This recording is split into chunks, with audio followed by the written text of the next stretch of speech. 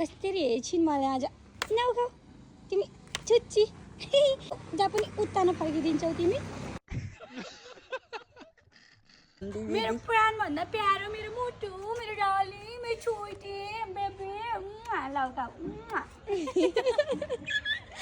finally साथीहरू bill पुगेर अनि बाइकको डकुमेन्ट चाहिँ मेरो हातमा आइसक्यो घरैसम्म पुगिसक्यो होइन सो त्यही नै हो फर्स्ट टाइम मेरो नाममा निकालेको बाइक मैले 2-3वटा बाइक चलाइसकेँ तर पनि मैले आफ्नो नाममा निकालेको थिएन यो चाहिँ मेरो बाइकको लाल पूर्जा यो रह्यो बिलबुक मैले बाइक निकालेदेखि अनि बिलबुक पनि आएको थिएन लाइसेन्स त मेरो हराइसक्यो अब निकाल्नुपर्छ फेरि कस्तो लाग्यो त ह्याप्पी हो एकदम अब म कस्तो छु त्यो भन न पहिला यहाँ फोटो हेर न मेरो फोटो यहाँ दामी छ त राम्रो है म मान्छे नै कस्तो भन न अनि मान्छे खतरा हो म अनि फेरि मान्छे चिन्ने होइन नागरिकता त मान्छे नागरिकतामै चिनिन्छ कि दामी ल बाइक चला 2-3वटा बाइक चेन्ज गरी चलाइयो तर साथीहरू होइन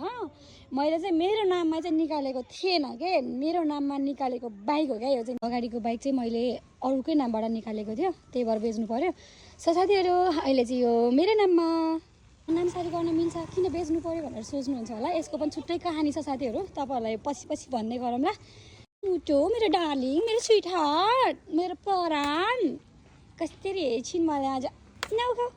तिमी छुच्ची जहाँ पनि ढलिदिन्छौ जहाँ पनि उत्तानो फर्किदिन्छौ तिमी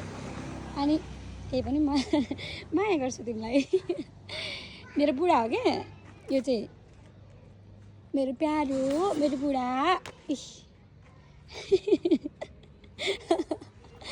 त्यही नै साथीहरू टक्क लगाएर आज चाहिँ मैले फाइनली मेरो कागजपत्र बाइकको घर लिएर आइसकेको छु होइन बाइक निकालेदेखि यो चाहिँ अलिकति आउन ढिलो भएको थियो आएको थिएन सो आज चाहिँ फाइनली आयो त्यही नै हो ओके साथीहरू अब चाहिँ म घर पनि पुगिसकेँ बाई बाई